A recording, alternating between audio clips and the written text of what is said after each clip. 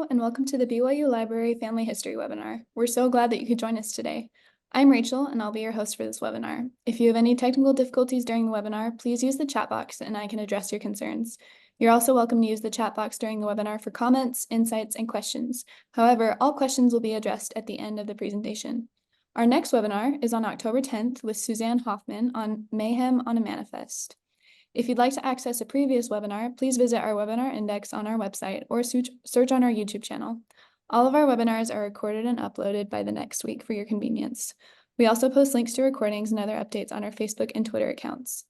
For today's webinar, we're pleased to hear from James Tanner. Before we begin, here's a little bit about James. James Tanner has been a family history volunteer for 17 years, and he's currently serving at the BYU Family History Library. He's on the board of directors of the Family History Guide Association, and he has 7 children and 34 grandchildren. And now I'll turn the time over to James. Okay. Today we're going to be talking about haunted by genealogical myths.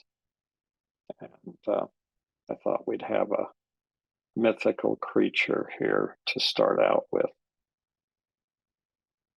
So it's hard when you're doing historical research, and that's what genealogy is, essentially, historical research into historical documents.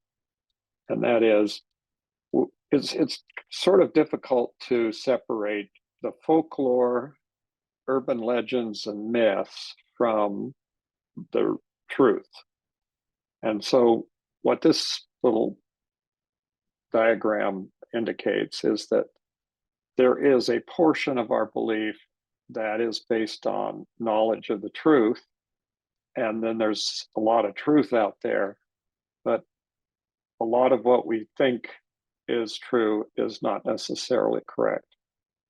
And this can apply to almost anything, but it applies very definitely to genealogical information, because much of the information that we receive, even if we're getting them out of documents themselves, has been created by someone who was not at the place or at the time that event occurred in your ancestor's life, and did not have any duty to record it, but recorded it anyway. And so we get that kind of information out of diaries, books, newspapers, lots of different kinds of sources. And unfortunately, as genealogists, we have to sort through all that to see what is correct and what isn't correct. So it's also a good idea to understand the difference between all of those three different types of problems that we encounter as we go back in historical records. So folklore is a set of traditional beliefs and customs and stories of a community, and it's passed on by word of mouth. So once somebody sets the folklore down in writing, then it ceases, in a sense, to become folklore, but it doesn't gain any more credibility. So we don't necessarily have any basis for determining whether the folklore is correct or isn't correct. Now, we're going to go through, in this presentation, I'm going to go through lots of examples. So as we go through, we can, start to separate some of these out into different categories. So folklore doesn't get mixed up in genealogy all that much, but occasionally there are things that are definitely into the folklore that are not correct. Now, we have a definition of a different type of information. It's called urban legend. And I guess I'm going to have to tell people this. My wife looked at this and couldn't tell what it was. It's an alligator, and it's an alligator in the sewer. And that's for discussions about urban legends, they're often called alligator stories or alligator in the sewer stories. because the question is there some basis in reality? And then the question is, to what extent the reality is actually correct. So an urban legend is often humorous, but sometimes it's horrific. I mean, it's something terrible that happened. And it's a piece of information that's circulated as though it's true, especially to one purporting to involve someone vaguely related or known to the teller. Now, I don't want to mention anything specifically, but if you're reading the news, you will find a lot of urban legend type statements being made in the news. It's just almost a constant flow of these kinds of things. And some of them are just made out of the cloth. But some of them actually have some basis. Okay, so one of the urban legends that was passed around when I was in high school in Phoenix, Arizona, was that there were alligators in the canals. Now, unless you've been to Phoenix and experienced canals, you don't really understand this.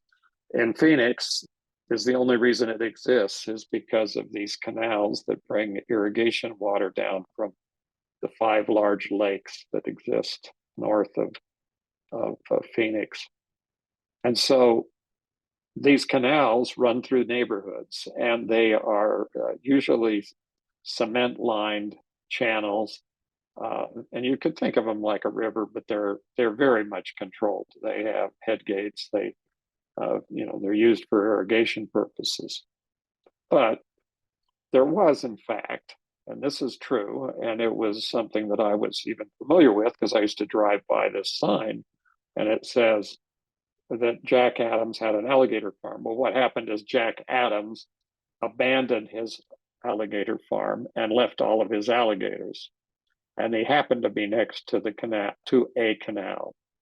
And it is supposed, from the news reports, that some of the alligators may have made their way into the canals. But after a very short period of time, there was no possibility that any of those animals were in the canals. The main reason is that every fall in Arizona, in Phoenix, they drain all the canals. So we don't irrigate in the winter. And so it's basically the canals are just dry.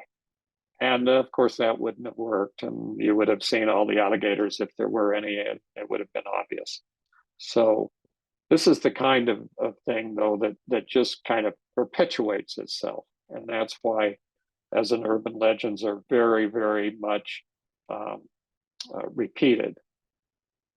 Now, the third category here are myths. And it's a widely held belief or idea, but it's just false. I've got the example here of the existence of dragon.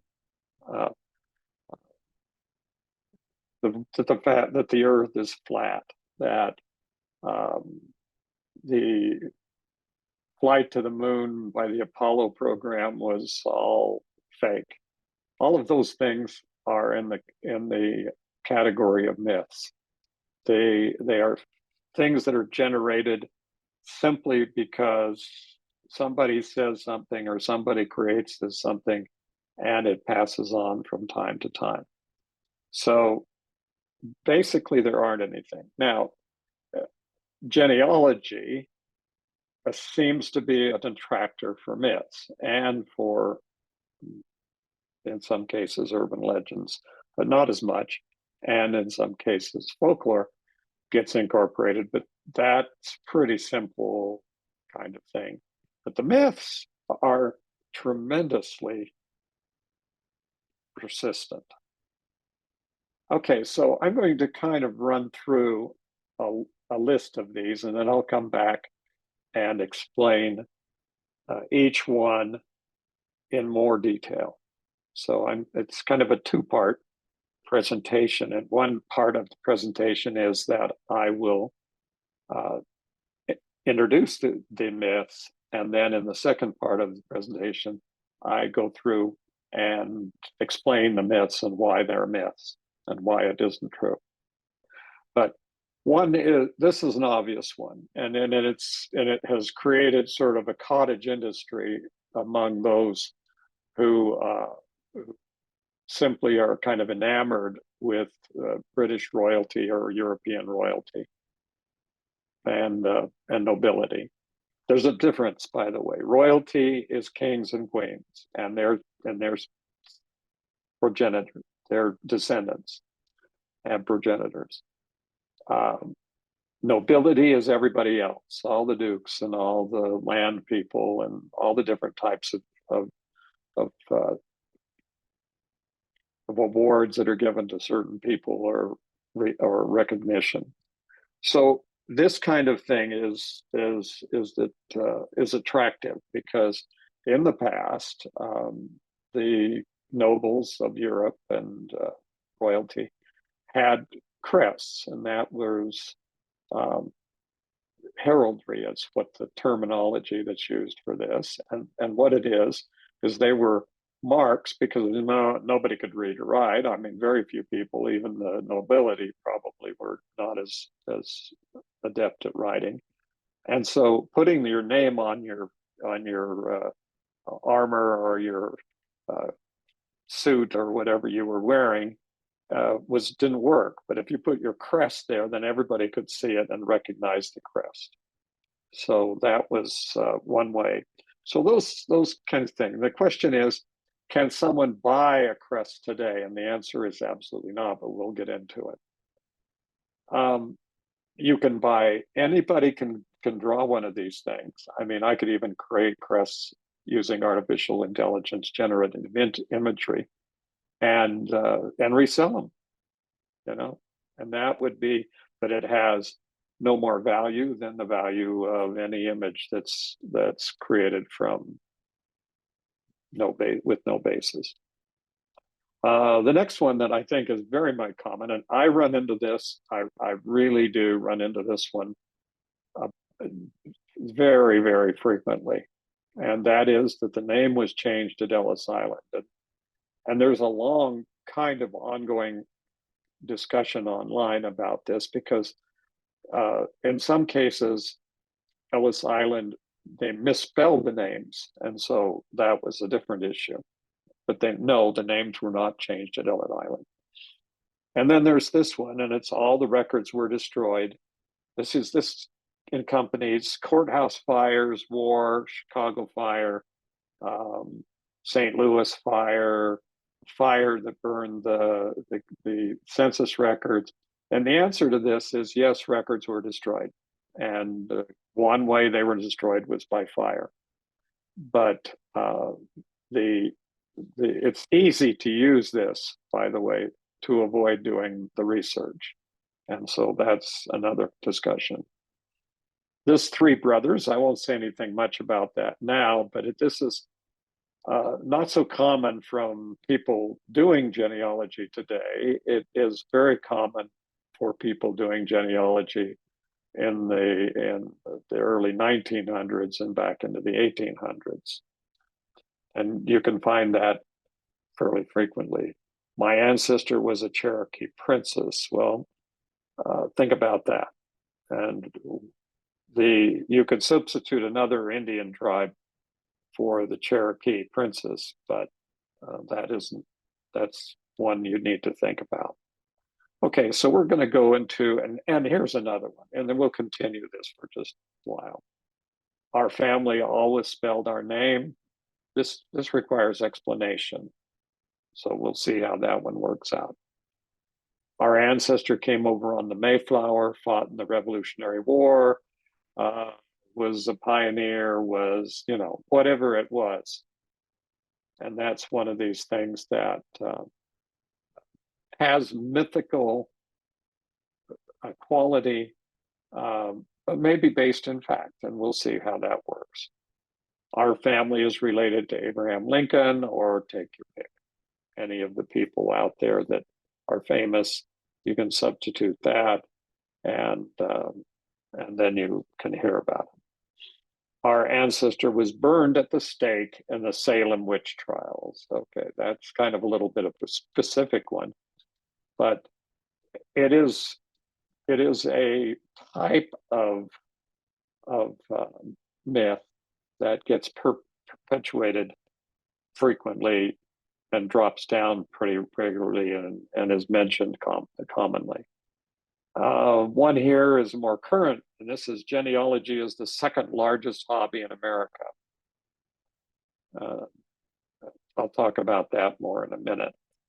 So the question as we go through this, the question that you need to ask in each of these categories, and assuming that you are talking to a relative or someone, if you work in a library or a family history center or something, that comes in and starts to tell you this story, and it immediately falls into one of these categories.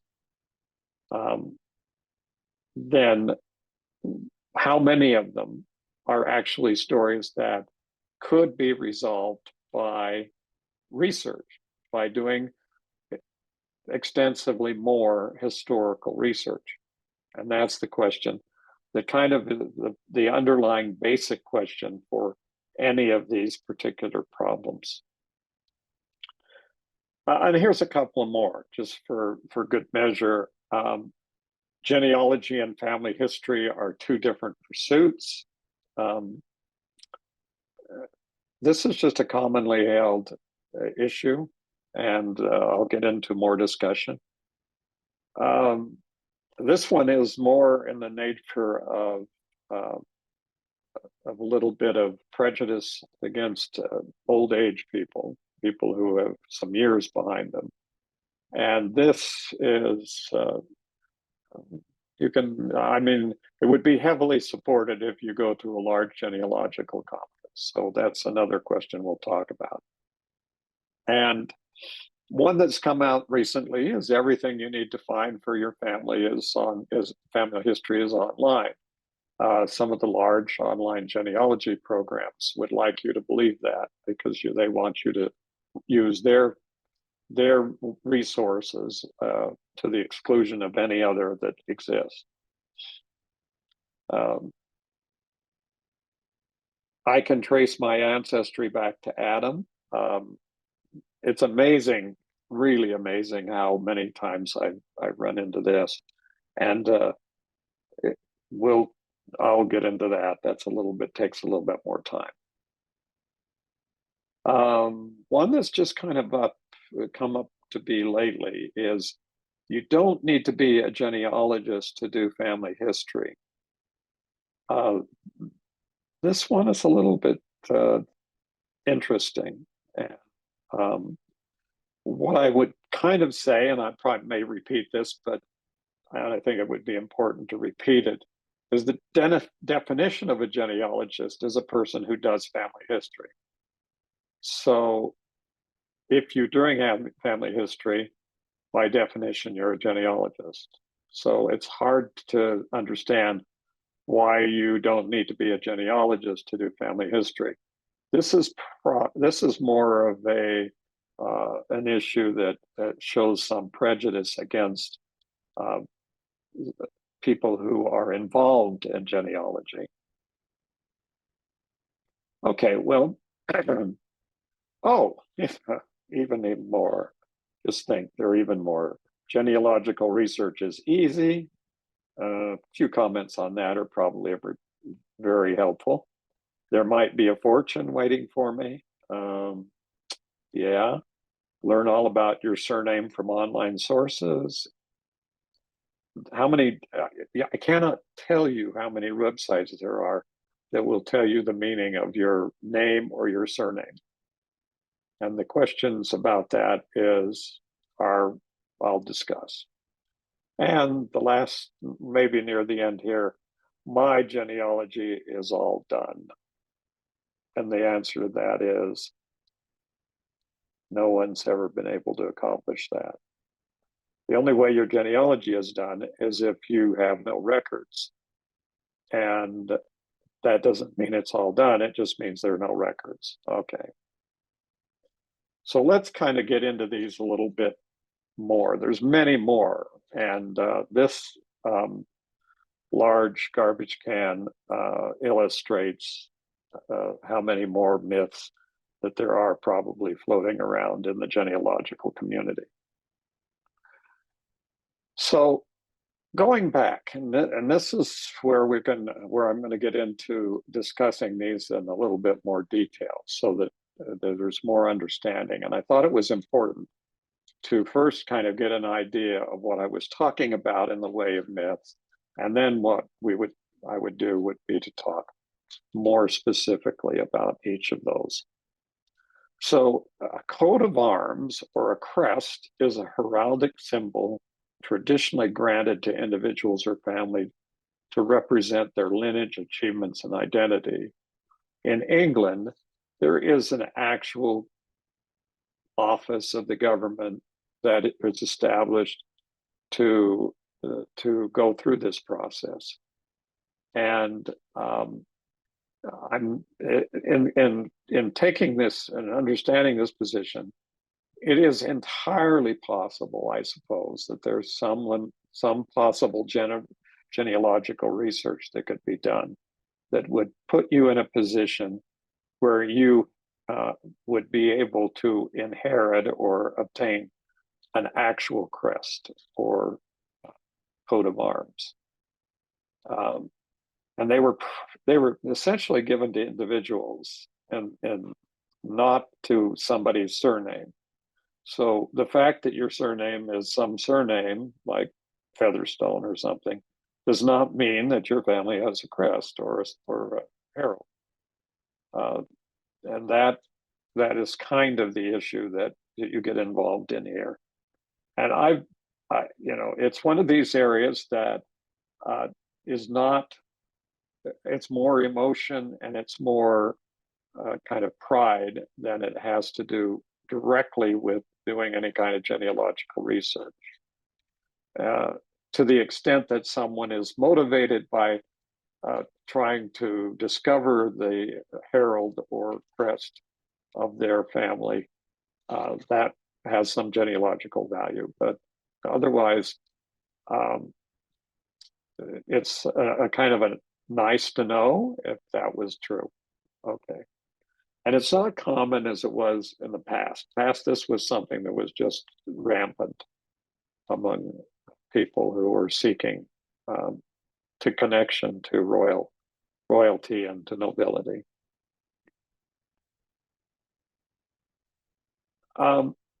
Here's this one is this one turns out to be a little more complicated than just saying that's not correct.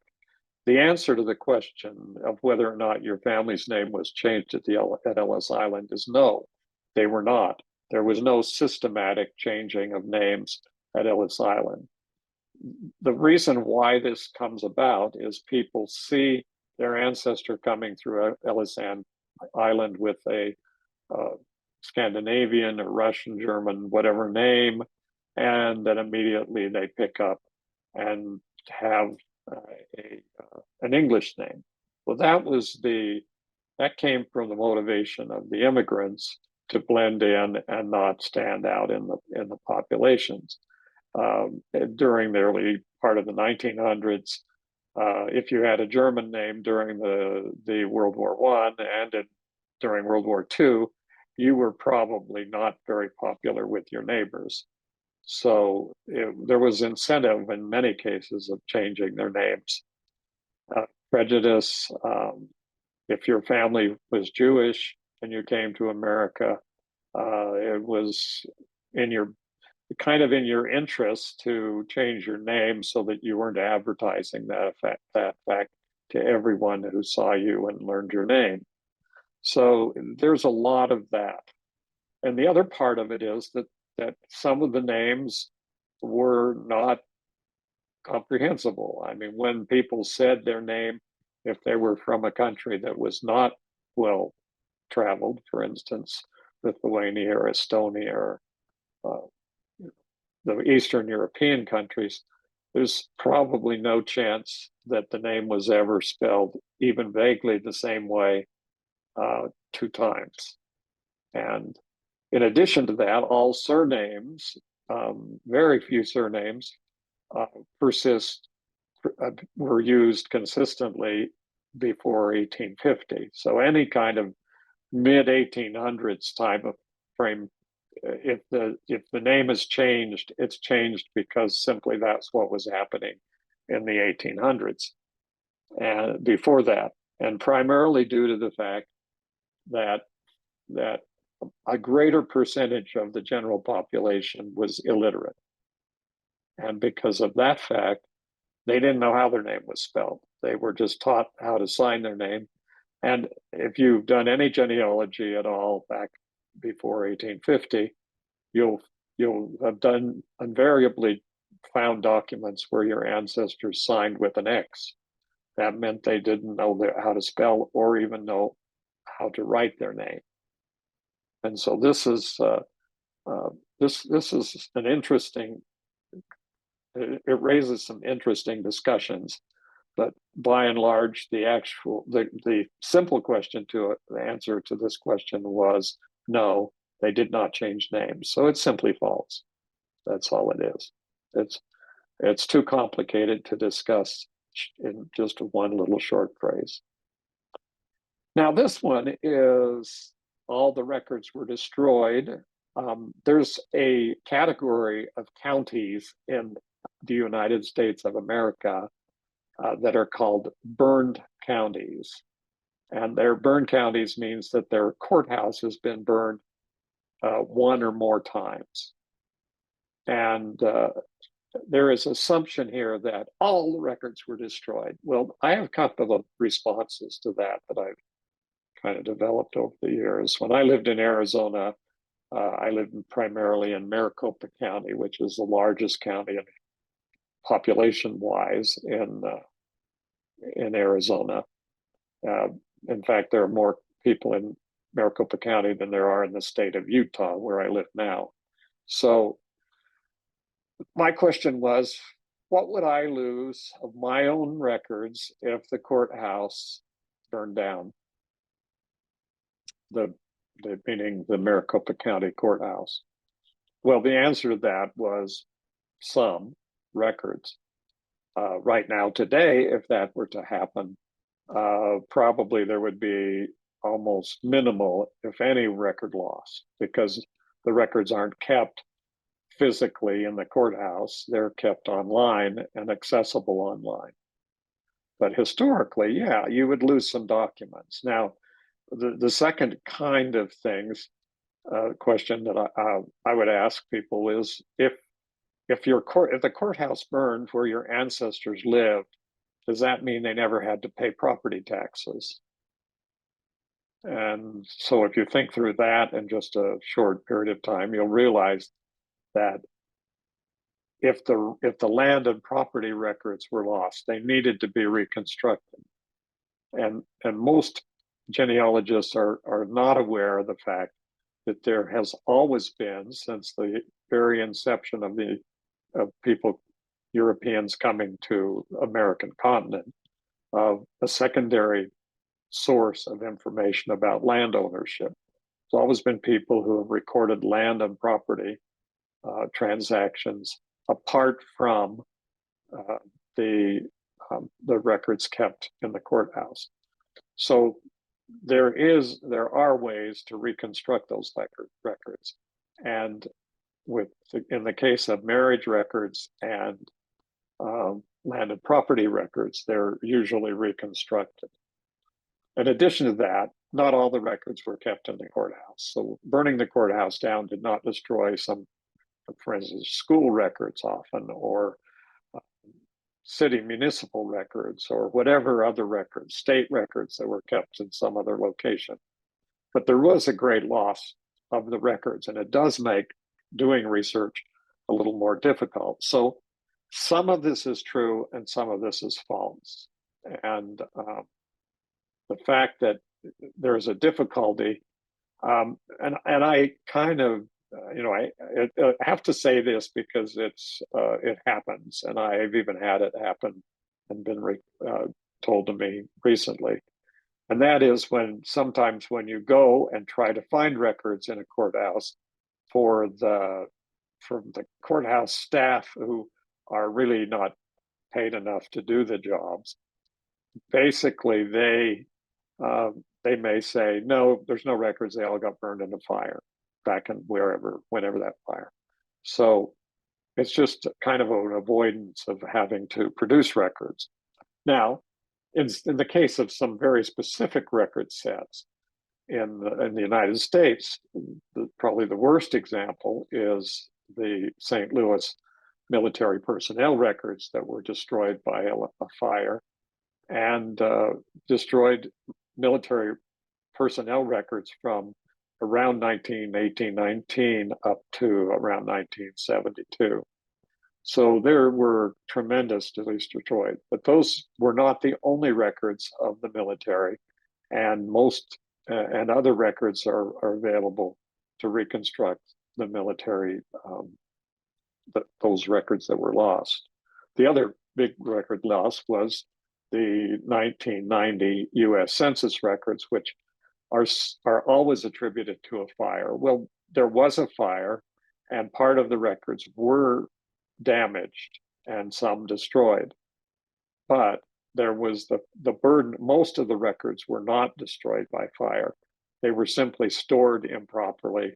And eventually, the Library of Congress, who was responsible for those records, failed to make an allocation for their preservation, and they were thrown away. So they weren't records that were lost to fire, they were lost to bureaucratic incompetence. And that, if you don't want to, if that doesn't make any sense to you, and you think, well, I'm telling you a myth, then you can go look it up in the National Archives website. Just look in the National Archives website under the 1890 census, and you'll find the whole discussion and history of what really happened to those records. Now, I'm totally at a loss as to where and why this Three Brothers thing came into existence. Obviously,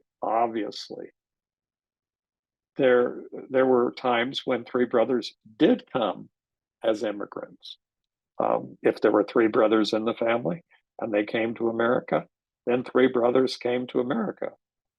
But where this question comes up is when there is an attempt made to tie a family to a rich or important person. And so in my case, for example, I have a line that's my Morgan line. And Morgan is a tremendously common name in Wales and even in England. And so it's not uncommon to have lots of people with the same name. But in my case, I found records for the Morgan family that were being used by genealogists back in my ancestral line that told the story of three brothers who came to America, one of whom went north, one of whom stayed in the same place, and one of whom went south. Of course, this helps to explain any Morgans, and then the Morgans of everybody in the north and the south and stayed were all supposedly descendants of this one family, which is basically can't be possible because of the number of people who are unrelated to have the name Morgan. And it's incredible in this story of the Morgans because the one who stayed turns out to be a banker and founds a bank called J.P. Morgan. And so, of course, we're related back on our line to J.P. Morgan. No, that's not correct. There is absolutely no historical record that ties the Morgan family to the J.P. Morgan family. Okay. Some of it's true, obviously, some of it's false. And when you're thinking about these, and as I go through these, think about it. The solution to these is research. The solution is research into validly kept and supported historical records. And if you get into the historical records, many of these questions would be answered. This one, this I don't I have never I've lost count many years ago of how many people have come to me with the idea that they are descendants from some sort of Indian princess. In this case, the most common one, of course, is Cherokee, because that's one of the tribes that's most well known and very prominent today. There are kind of two motivations here. One motivation is to become enrolled as a member of the tribe, because many of these tribes do have some benefits. And the other part of that is that it kind of explains some inconsistencies with the genealogy in the past. And my answer to this today is simply get a DNA test before you even start doing any research. And okay, and as you're listening to this, you may say, well, why am I using the term Indian? Why am I not calling them Native Americans? Well, there are many of the people who have that have ancestors who were on the American continent before the Europeans arrived, who call themselves Indians, and others who would like to be called Native Americans. It depends on the person. Some of them say, I'm not a Native American, I'm not a native, and that has kind of negative connotations. So it's easier to kind of raise the issue if it becomes an issue when you're talking to somebody who is an Indian. So that's how it works. And I would say that this is almost always false. And as I just said, get a DNA test. If a DNA test shows you have ancestry, then by all means do some research, and that may turn out to be interesting. Oh, and by the way, before I go on to this one, some of my friends today are enrolled in a reservation. They're enrolled in a tribe, and they are genetically validated members of the tribe. So that is possible. It is something that is possible. Okay. And I got into this name thing one time. This is the one that I run into way too many times. One time, there was I was doing research for a person whose ancestors lived in Western Pennsylvania. And I did some research, and across the river, the Ohio River in Ohio, there was a family who were the descendants of the family in Pennsylvania. The genealogist that I was dealing with, when I said this, I said, here it is. I have a will. I have I don't remember all the records I had, but it was very obvious that this family were the children of this other family. And the response was, no, they spelled their name that way, and that means they're not part of my family. And we spell our name this way, and so they could not be related to me. Okay. This is where I have no answers to this, because the reality is that surnames and even given names vary greatly within the same family, and occasionally turn out to be quite a bit different. I have as mentioned always at the beginning of these, for some reason, I have a bunch of grandchildren. Some of their given names are no longer applicable. They are going by other names that they have changed their names. So, or they now don't want to be called what they were called when they were young, and now they want to be called something else. Well, I considered that, but I'm a little bit old for that to happen. But in any way, this name thing is simply and categorically really false. Okay, so that's your family never spelled their name the same way, and you've got to kind of deal with it. That it's one of the difficulties in doing genealogical research. Okay, our ancestors came over on the Mayflower, fought in the Revolutionary War. The answer to this is simply do your research. There is nothing more or less involved in this particular one than credible research. Now, if you are looking at the Mayflower, for example, and about 10% of the United States is actually descended from Mayflower people. So it's not like a really exclusive group. But the thing is, the Mayflower Society and the Daughters of the American Revolution all know who the people are who were descendants of all the people that they're able to be able to identify. So the Mayflower has got it to 5 generations.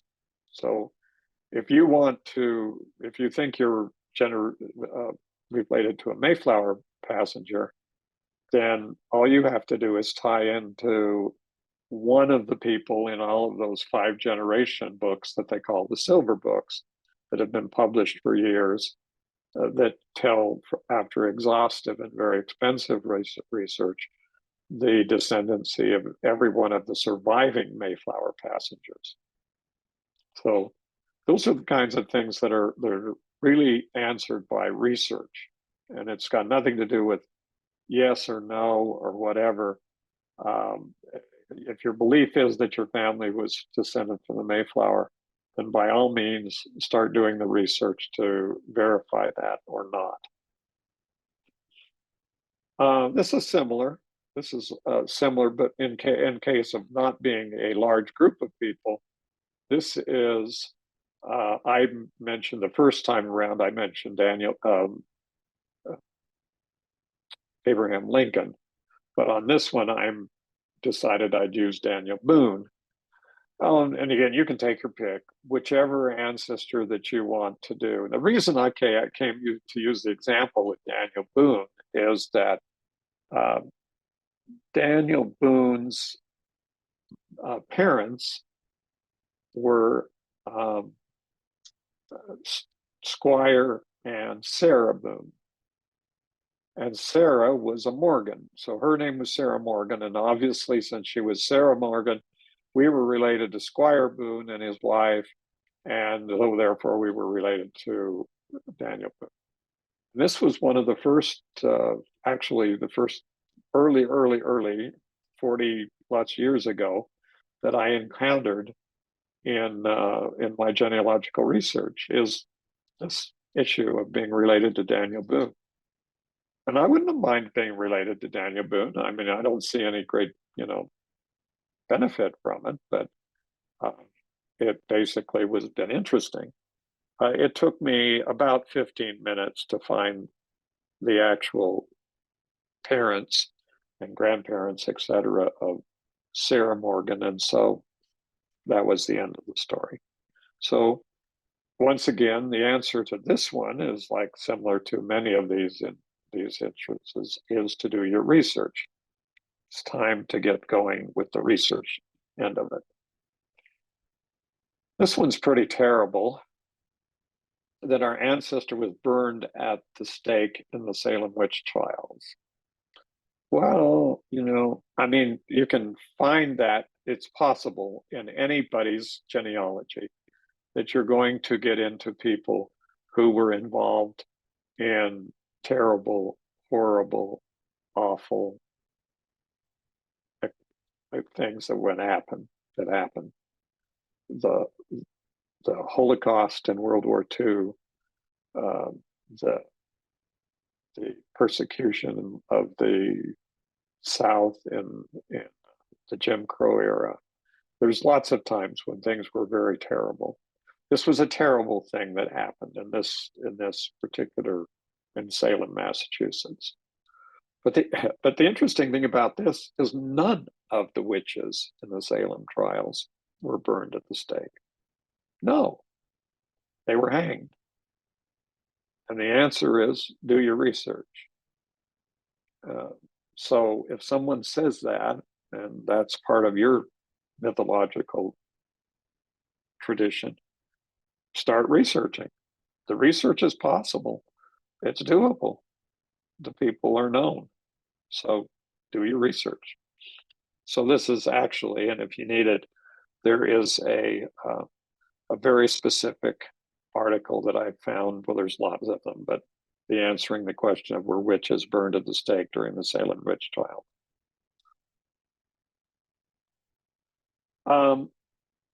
This one was popular back 10 or 15 years ago, 20 years ago. People used to say this all the time. I would read this in blogs. I would read it. I would hear people say it in meetings. I would hear people trying to convince their neighbors and friends that genealogy was a great thing and that it was the second largest hobby in America. As a consequence to this, over the years, I have examined dozens upon dozens, maybe even into the hundreds, of lists made by various organizations and doing surveys and all kinds of things about the most popular hobbies in America. And so far, I have never seen genealogy show up. In fact, the genealogy is probably one of the kind of real minority kind of only very specialized kind of interest. Now, when you turn this into a different statement and you say everyone is interested in their family history, and the answer is yes, everyone's interested in their family history, but not everyone is interested in trying to read documents before the 1700s handwriting. And so that's kind of the question here. And so, you know, if someone during that time period at some point, the reason where this arose is because there was actually a news article that did not quote any source, but simply made the statement that genealogy was the second largest. So that was published and republished by the genealogists to justify and help them become more thing. And I really don't think we can compete with cats as far as having a hobby. Genealogy and family history are two different pursuits. The answer is no, they're not. They're exactly the same thing. Actually, this kind of came about because genealogy, for a lot of people, has a negative connotation. We just have to realize that if you start talking about genealogy, they'll either go to sleep or walk away or ignore you completely.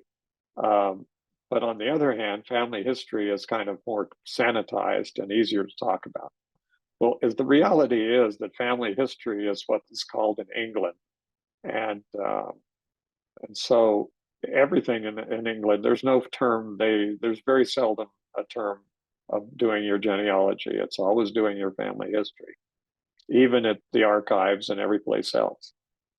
In the United States, we adopted the term genealogy.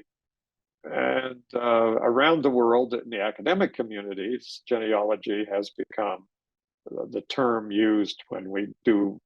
There's a very, very few universities who offer advanced degrees in genealogy, but those who do, they call it genealogy. But there's also schools teaching genealogy who call it family history. So, you know, it's just the same thing. So they're not two different pursuits, they're the same pursuit. It's hard when you're as old as I am to not think that all genealogists are retired old people.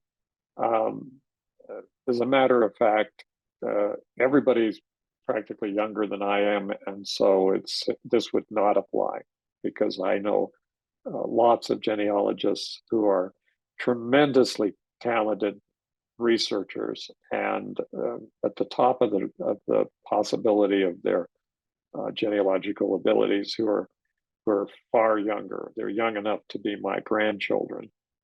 Uh, and I know so age has really nothing to do with it. What does have something to do with it is that genealogy as a pursuit can be extremely time consuming. And so it's not as easy to be heavily involved in genealogy if you're raising a family or if you're working full time and have a demanding job. So it becomes a secondary interest to a lot of people, which converts to a full time interest after they're retired and have more time. But it's also very apparent that not very many of the retired people who retire are opting to come and work at the family history centers and the libraries. So this is kind of a mostly true, but sometimes false.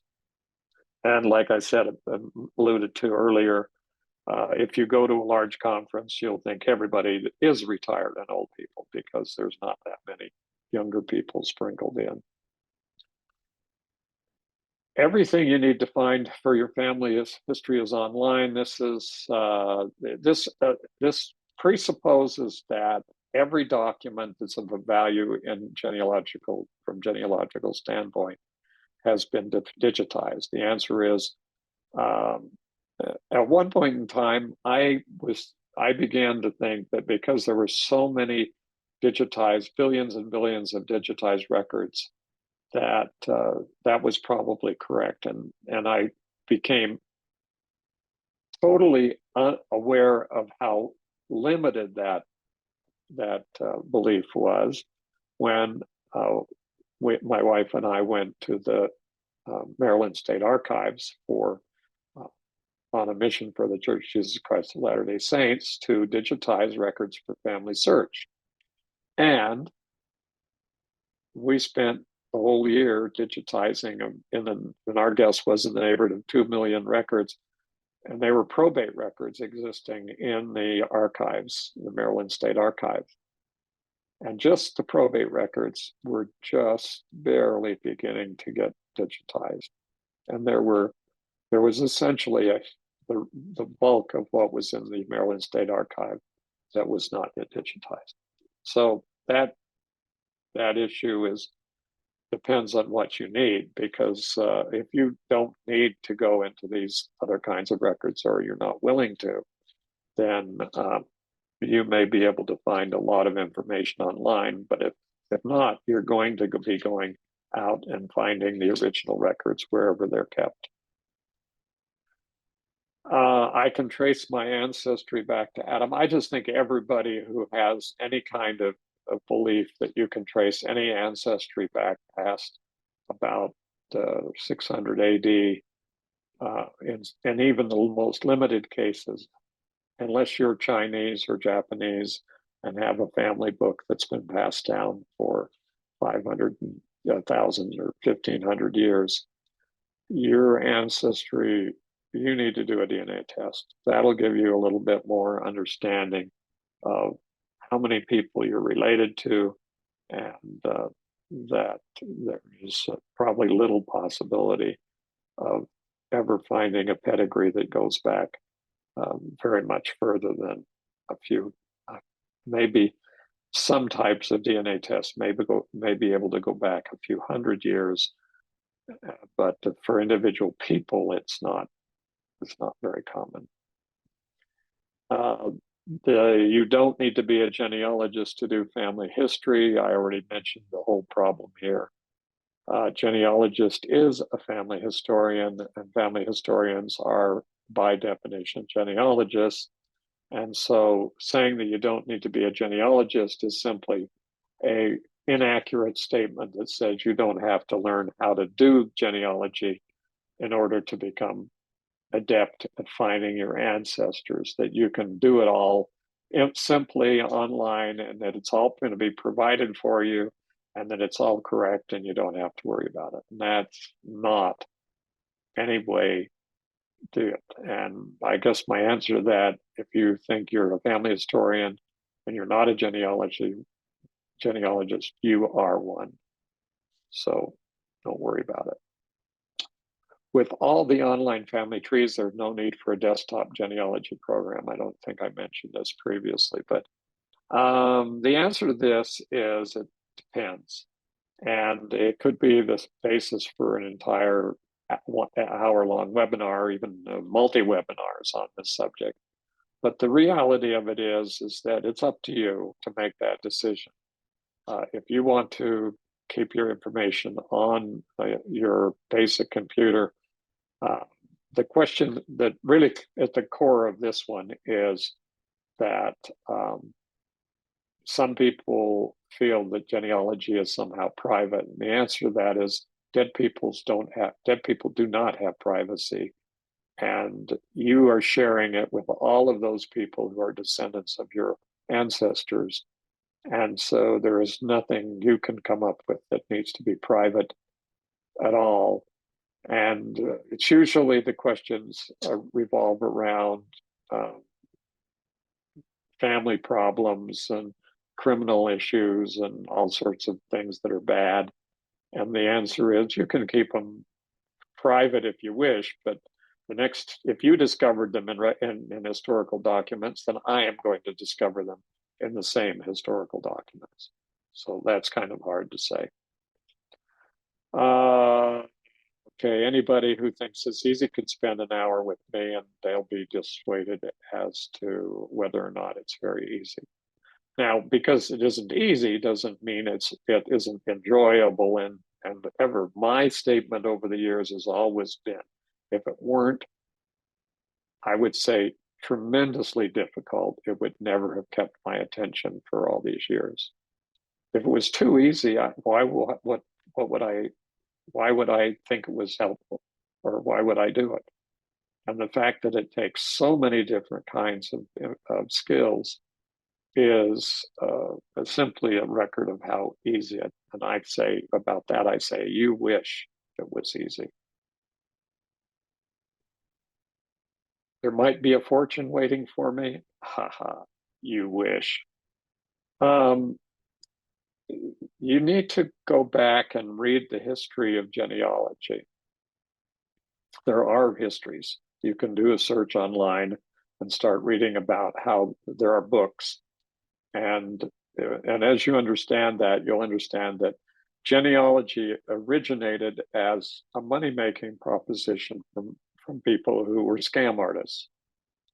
And genealogists had a very poor reputation because they were constantly telling people that if you do your genealogy, I'll show you how you're related to this fortune in Europe or this fortune in England or wherever. And that was very common. And there were a lot of people out there making some buck about it. So the question is, would this happen?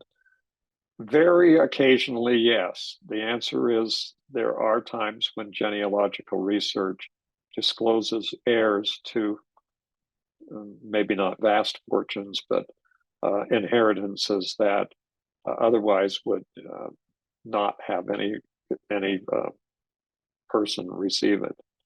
So that does happen, and it's occasionally, and there's a very limited professional group of genealogists who specialize in heir research. That's not air like you breathe, but HEIR like you have descendants. My genealogy is all done. I can answer this one with anyone in about 15 to 20 minutes, and they will begin to understand that there is absolutely no way this is even physically or possible. That may be done because you can't find any additional records, but My case, almost everyone that I've ever talked to who came to me and said they couldn't find any more records was simply unaware of how many other kinds of records there might be. And the breakthroughs have come consistently over the whole time. When we started doing researching all of our lines on the Family Search family tree, there were uh, quite a few end of lines that showed up that no one had been able to crack. And with the new records and with the information and by applying good research, um, we were able to extend those at least one or more and sometimes many generations from the original people who thought that there was no work done. So, and this is another one where you wish all of it was done. Now we can all dream, we can all wonder and think that we're going to finish all this up sometime and we're going to get all our paper under control and we're going to whatever. But the answer is it's an ongoing process. It's a rewarding and very, very can be complex and challenging, and it's got a lot of connection to your emotions and how you feel. And I would just strongly recommend that everybody take some time to learn about their family. Okay, thanks for watching. Thank you so much for joining us today, everyone. We hope you'll join us for our next webinar, which will be on October 10th with Suzanne Hoffman on Mayhem on a Manifest. A recording of this webinar will be made available next week. You can view that on our YouTube channel or on our website. If you have any comments or questions, you can always email us at fh_webinars@byu.edu or follow our Facebook and Twitter. Thank you and have a wonderful week.